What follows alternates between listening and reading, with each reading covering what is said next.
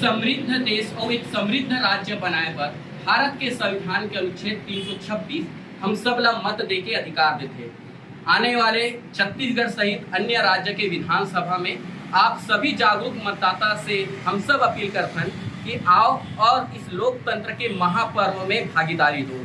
विशेष रूप से जो नव मतदाता है जो पहली बार अपन मतदान के उपयोग करी, ओकर से विशेष अनुरोध आप भी जाओ और आपके परिवार ला लेके भी जाओ और बिल्कुल वोट दे के आओ। काबर की दुनिया के सबसे बड़े लोकतंत्र में अब आपके भागीदारी प्रारंभ होते। तो अवैया छत्तीसगढ़ में होने वाले विधानसभा, अन्य राज्यों में होने वाले विधानसभा में सभी मतदाता से अनुरोध करते हो कि बिल्कुल अपन मतदान के उपयोग। भाजपा के कार्यकर्ता वोट मांगने जा रहे थे तो उनसे पूछते थे कि भैया आपकी सरकार आ जाएगी तो क्या करोगे। भाजपा के कार्यकर्ता जवाब दे नहीं पाते थे कि हमारी सरकार आएगी तो हम क्या करेंगे, क्योंकि घोषणा पत्र जारी नहीं हुआ था। तो आज केंद्रीय गृह मंत्री अमित शाह की मौजूदगी में भाजपा ने अपना घोषणा पत्र जारी कर दिया। इस घोषणा पत्र में बहुत कुछ है, बहुत कुछ नहीं भी है। कई लोग इंतजार कर रहे थे शायद कर्जा माफी वाला ऐलान हो जाएगा, वो अनाउंसमेंट शायद उसमें नजर नहीं आया।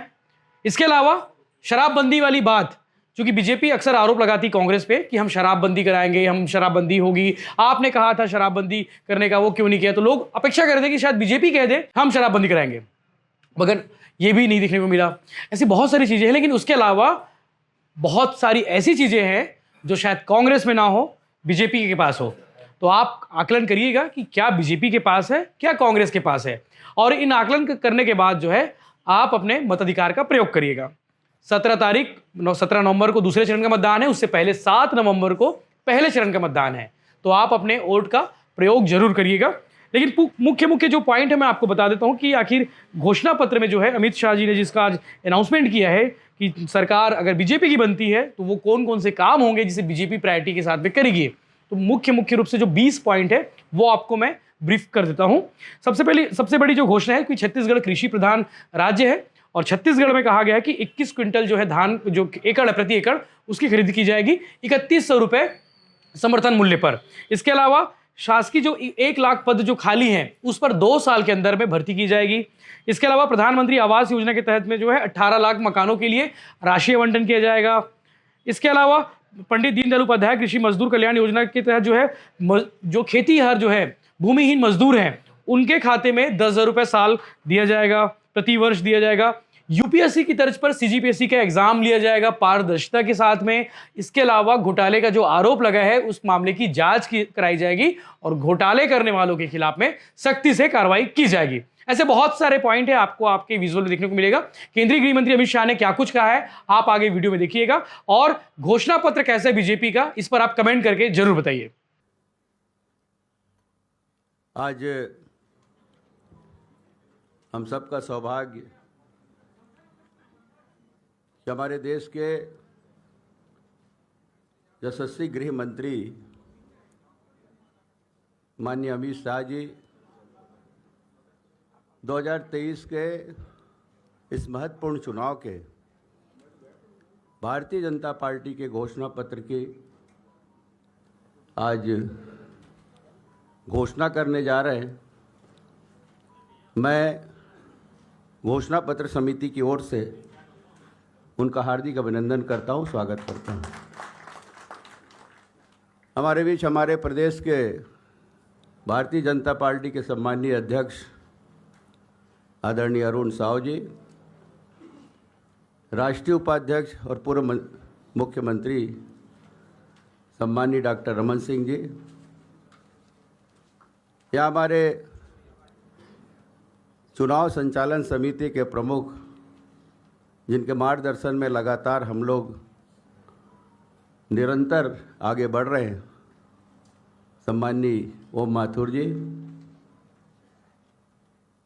यहाँ पर हमारे राष्ट्रीय उपाध्यक्ष और राज्यसभा सांसद सम्माननीय सुश्री सरोज पांडे जी, सम्माननीय ब्रिजमोहन अग्रवाल जी, सम्माननीय नेता प्रतिपक्ष सम्माननीय नारायण चंदेल जी, सांसद सम्माननीय सुनील सोनी जी, और पूर्व राज्यसभा सांसद और वर्तमान में हमारे घोषणा पत्र समिति के सह संयोजक सम्माननीय रामविचार नेताम जी, उपस्थित सम्माननीय डॉक्टर मनसुख मांडविया जी, हमारे उप चुनाव संचालक, सम्माननीय नितिन नवीन जी जो लगातार हमारे बीच में हैं, और उपस्थित सभी यहाँ पर समस्त भारतीय जनता पार्टी के पदाधिकारीगण, और सौभाग्य से दिल्ली से भी, रायपुर से भी, अन्यंत से भी सभी सम्माननीय पत्रकार बंधुगण, आप सबका मैं घोषणा पत्र समिति की ओर से और भारतीय जनता पार्टी की ओर से हार्दिक अभिनंदन करता हूं, स्वागत करता हूं। 3 अगस्त को चुनाव घोषणा पत्र समिति की हम सब ने अभियान की शुरुआत की थी और 3 महीने के अथक प्रयास से लगातार 90 विधानसभा में 90 सुझाव पेटी, साथ ही साथ व्हाट्सएप और ईमेल भी जारी किया गया और लगातार हमारे माननीय सदस्यगण, लगभग 35 सदस्यीय हमारी टीम बनी थी प्रदेश भारतीय जनता पार्टी के निर्देशन में, और हम सब ने मिलकर सभी वरिष्ठ जनों से, सभी समाज प्रमुखों से, सभी वर्गों से, नीचे से लेकर ऊपर स्तर तक, व्यापारीगण, खोमचे वाले, सब्जी वाले से लेकर बड़े उद्योगपति, सभी कर्मचारी अधिकारी, दैनिक वेतन भोगी से लेकर मंत्रालय तक के अधिकारी कर्मचारी से संपर्क किए और उनसे सुझाव लिए। यहाँ तक कि हमारे सभी पत्रकार बंधुगण जो जमीनी स्तर की हकीकत को लोगों के सामने प्रदर्शित करते हैं, दिखाते हैं, हमें आईना दिखाते हैं, ऐसे सम्माननीय पत्रकार बंधुओं से भी हमने सुझाव लिए और सबको एकत्रित करके 3 महीने के अथक प्रयास से आज भी एक संयोग 3 अगस्त और 3 नवंबर पूरा 3 महीना हम सब ने मिलकर मेहनत की और सबकी भावनाओं के अनुरूप, सबको सम्मान करते हुए, सबके सुझावों को प्राथमिकता देते हुए, सभी वरिष्ठ जनों से राय मशविरा करके, सभी विशेषज्ञों से राय मशविरा करके हमने ये घोषणा पत्र तैयार की और आज हमारा केंद्रीय नेतृत्व मुझे आज देवतुल्य जनता जनार्दन को समर्पित करने जा रही है। पूरे विश्वास के साथ ये हमारा अटल संकल्प है और हम भारतीय जनता पार्टी जो कहती है वो करती है, उस सत्य वाक को हम पूरा करेंगे। हमारे यशस्वी प्रधानमंत्री जी का मूल मंत्र है सबका साथ, सबका विश्वास और सबका विकास और सबका प्रयास। उस भावना को हमने इस घोषणा पत्र में समाहित किया है। मुझे पूर्ण विश्वास है कि इस घोषणा पत्र के आधार पर हमारा जो चुनाव अभियान है और आगे बढ़ेगा और जनता जनार्दन का विश्वास जीतेगा। हमने यह भी महसूस किया जब हम नीचे स्तर तक लोगों के बीच में मिल रहे थे, चौक चौराहे में, पान ठेला में, चाय दुकान में, मंत्रालय में भी, बाजार हाट में भी, हमारे घरों में भी, कार्यालय में भी आके लोग बड़े समर्पण भावना से अपने सुझाव दिए और सबको मिलाकर लगभग 2 लाख से ऊपर सुझाव हमें मिले। यहाँ तक कि व्हाट्सएप से भी ये विश्वास अर्जित हमें हुआ है कि व्हाट्सएप और ईमेल से सुझाव घर बैठकर लोग हमें दिए और यही बताता है कि लोगों का विश्वास भारतीय जनता पार्टी को बना है। आज भरी निगाह से हमारे साथियों के पास और कार्यालय में हमारी समिति के सदस्यों के पास एक आज भरी निगाह से लोग अपने सुझाव लेके आते रहे, वो प्रमाणित करता है कि भारतीय जनता पार्टी जो कहती है वो करती है। ये विश्वास लोगों में कायम है और जिस तरह माननीय मोदी जी अटल संकल्प लेकर आगे बढ़ रहे हैं पूरे देश को, उसी तरह हमारा प्रदेश भी आगे बढ़ेगा। ये विश्वास छत्तीसगढ़ की जनता में जागी है। हमने लाखों लोगों के साथ चर्चा कर एक घोषणा पत्र तैयार किया है मोदी गारंटी के सभी चीज़ों को तो मैं नहीं पढ़ता, परंतु इसमें से 20 प्रमुख वादों को मैं आप सब लोगों के सामने जरूर रखना चाहता हूं। हमने तय किया है कि कृषि उन्नति योजना की शुरुआत करेंगे, जिसके अंतर्गत 21 क्विंटल प्रति एकड़ धान, चिंता मत करो मैं फिर से बोलता हूं, 21 क्विंटल प्रति एकड़ धान 3100 रुपये के मूल्य से हम खरीदते हैं।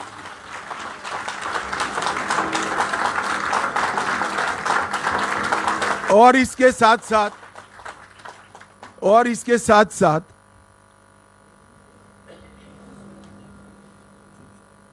एक मुफ्त भुगतान उसका कर किसान को इसकी राह नहीं देखनी। मैं यहां पर एक स्पष्टता जरूर करना चाहूंगा छत्तीसगढ़ की जनता के सामने कि अभी 2700 रुपया जो मिल रहा है छत्तीसगढ़ की जनता को, इसमें से 2200 रुपया मोदी जी भेज रहे हैं और बघेल साहब 500 रुपया अंदर डालकर, वो भी लेट, एक साल लेट, 500 रुपया डालकर 2700 रुपये की क्रेडिट ले रहे हैं। अब मैं बताता हूं 3131 रुपया भारतीय जनता पार्टी की डबल इंजन सरकारों का होगा और साथ में एक मुफ्त भुगतान भी हम करेंगे। इन्होंने एक नया बहाना बनाया है कि भुगतान नहीं करना है, खरीद नहीं करनी है तो बारदान की उपलब्धि नहीं कराते हैं। हम ये भी स्पष्ट कर देते हैं कि बारदान की उपलब्धि धान की खरीदी के पहले ही पर्याप्त मात्रा में कर ली जाएगी। इन्होंने वादा किया था हर महीना महतारी वंदन योजना के तहत हम महिलाओं को कुछ मुआवजा देंगे, नहीं दिया। हमने तय कर लिया है कि 12,000 रुपया सालाना हर विवाहित महिला को देने का भारतीय जनता पार्टी निर्णय की। इन्होंने 5 साल तक सरकारी पदों पर भर्तियों में करप्शन नहीं हो पाया, इसलिए भर्तियां रोक दी। जब तक उनकी उगाही नहीं होती है भर्ती नहीं करते हैं। इसके कारण भर्ती की स्पीड हो गई, मोल भाव देने वाला नहीं मिला तो भर्ती ही नहीं करना। इसके कारण ढेर सारे पद खाली रह गए। 1 लाख खाली पदों को सिर्फ 2 साल के अंदर समयबद्ध टाइम टेबल तय कर हम इसकी भर्ती करेंगे। 18 लाख प्रधानमंत्री आवास योजना के घर बनाएंगे और छत्तीसगढ़ के हर घर में निर्मल जल नल से पहुंचाने का हम कार्यक्रम करेंगे। इसके साथ साथ तेंदुपत्ता संग्रहण में जो मेरे आदिवासी भाइयों बहनों जुड़े हैं उनको बड़ा अन्याय हुआ है। हम प्रदेश में तेंदुपत्ता संग्रहण 5500 रुपया प्रति मानक बोरो में करेंगे। संग्रहण के मौजूदा दिनों में 15 दिन करेंगे, इसकी बढ़ोतरी करेंगे। चरण पादुका योजना फिर से चालू करेंगे और अतिरिक्त संग्रहण करने वालों को 4500 रुपये का बोनस भी भारतीय जनता पार्टी की सरकार देगी। भूमिहीन खेतीहर मजदूरों को दीनदयाल उपाध्याय कृषि मजदूर कल्याण योजना के तहत 10,000 रुपये की सालाना मदद करने का काम भारतीय जनता पार्टी करेगी। आयुष्मान भारत योजना जो मोदी जी ने देश के 60 करोड़ गरीबों के लिए इंट्रोड्यूस की है, हम प्रत्येक परिवार को 5 लाख की योजना तो देंगे ही देंगे। इसके साथ साथ 10 लाख तक का पूरा जिसको जरूर पड़ेगी इसका उपचार मुख्यमंत्री राहत कोष से किया जाएगा, क्योंकि ज्यादातर लोगों को 10 लाख के उपचार की जरूरत ही नहीं पड़ती है, तो प्रीमियम खर्च करने की जरूरत नहीं है। परंतु किसी को भी 5 लाख से ऊपर खर्च होगा वो मुख्यमंत्री राहत कोष से देकर हम इस योजना को 10 लाख तक ले जाएंगे। प्रधानमंत्री जन औषधि केंद्र जो 90% से 30% सस्ती दवाइयाँ, जीवन रक्षक दवाइयाँ देता है। हम राज्य में 500 नए जन औषधि केंद्र खोलेंगे जिससे गरीब लोगों को सस्ती दवाइयाँ उपलब्ध कर सकें। हमें सुनिश्चित करेंगे कि पब्लिक सर्विस कमीशन की परीक्षा में पारदर्शिता होगी और इसको इस तर्ज पर करेंगे कि 5 साल में एक भी भर्ती घोटाला किसी के सामने नहीं आएगा। इसके साथ साथ भर्ती घोटाले में जो घपले करे हैं वो निश्चिंतता के साथ न सोए। आज से आप माला करना शुरू कर दो। सरकार आते ही आपके खिलाफ कठोर क्रिमिनल जांच की हम घोषणा करते हैं। छत्तीसगढ़ की उद्यम क्रांति के लिए डिटेल बाद में दिया जाएगा, परंतु जो युवा एक सीमा मर्यादा में नया उद्योग डालेंगे, इसको 50% सब्सिडी के साथ ब्याजमुक्त कार्यशील मूडी का हम भुगतान करेंगे। स्टेट कैपिटल रीजन एनसीआर की तर्ज पर रायपुर, नया रायपुर, दुर्ग और भिलाई नगर क्षेत्र को मिलाकर एक एससीआर बनाएंगे जिससे नगर आयोजन ढंग से हो और जमीनों की कालाबाजारी न हो। सेंट्रल भारत का इनोवेशन हब बनाने के लिए हम रायपुर में एक बहुत बड़ा इनोवेशन का केंद्र बनाएंगे जिससे कम से कम राज्य के अंदर 6 लाख से ज़्यादा रोजगार उत्पन्न होंगे। रानी दुर्गावती योजना बीपीएल वर्ग की बालिकाओं के जन्म पर 1,50,000 रुपया उनको वयस्क होने पर मिले, इस प्रकार की हम रानी दुर्गावती योजना लेकर आएंगे। और माताओं बहनों को मोदी जी ने गैस का कनेक्शन दिया है। छत्तीसगढ़ सरकार 500 रुपये में गैस का सिलेंडर देने की भी घोषणा करती है। और इसके साथ साथ हम कॉलेज आने जाने के लिए डायरेक्ट बेनिफिट ट्रांसफर के माध्यम से मासिक ट्रैवल अलाउंस भी लेंगे। जो मैंने आगे कहा, हजारों करोड़ का घपला घोटाला हुआ है। घोटाला किसने किया उसका महत्व नहीं है, जनता का पैसा है, पाई पाई वापिस खजाने में आनी चाहिए। हमारी सरकार का नीति है भ्रष्टाचार के खिलाफ जीरो टॉलरेंस का। भ्रष्टाचार के खिलाफ जांच आयोग भी बनाएंगे और क्रिमिनल इन्वेस्टिगेशन की भी हम शुरुआत करेंगे। एम्स के तर्ज पर Chhattisgarh institute of medical science CIMS, हर लोकसभा क्षेत्र में आईआईटी की तर्ज पर CIT Chhattisgarh institute of technology और हर संभाग में सिम्स, इसकी रचना कर कर पढ़ाई लिखाई, रोजगार युक्त पढ़ाई लिखाई और स्वास्थ्य की सुविधा दोनों को छत्तीसगढ़ सरकार ताकत देगी। दोनों सिम्स और सीट के मॉडल भी हमने बना लिए हैं कि वो किस तर्ज पर काम करेंगे और इसके मानांक क्या होंगे। इन्वेस्ट छत्तीसगढ़ सम्मेलन की शुरुआत कर कर वैसे भी इन्वेस्टमेंट आएगा, भ्रष्टाचार नहीं होगा, मगर फिर भी एकल खिड़की योजना शुरू कर कर इन्वेस्ट छत्तीसगढ़ सम्मेलन की फिर से शुरुआत कर कर हम इन्वेस्टमेंट को यहाँ लाएंगे। सरकार तुहर द्वार के माध्यम से लोकाभिमुख एडमिनिस्ट्रेशन की दिशा में हम आगे बढ़ेंगे। शक्तिपीठ परियोजना के तहत 1000 किलोमीटर लंबी शक्तिपीठ परियोजना छत्तीसगढ़ के 5 शक्तिपीठों को और उत्तराखंड के 4 धाम की यात्रा के तर्ज पर विकसित कर कर छत्तीसगढ़ को यात्रा धाम के क्षेत्र में, टूरिज्म के क्षेत्र में एक नई ऊंचाई पर ले जाएंगे। और सबसे अंतिम है, अयोध्या में राम मंदिर बन रहा है। 22 जनवरी को मोदी जी इसका प्राण प्रतिष्ठा करने वाले हैं। छत्तीसगढ़ के गरीब लोगों को रामलल्ला के दर्शन के लिए रामलल्ला दर्शन योजना भी हम लेकर आएंगे, जिससे रामलल्ला के दर्शन करें।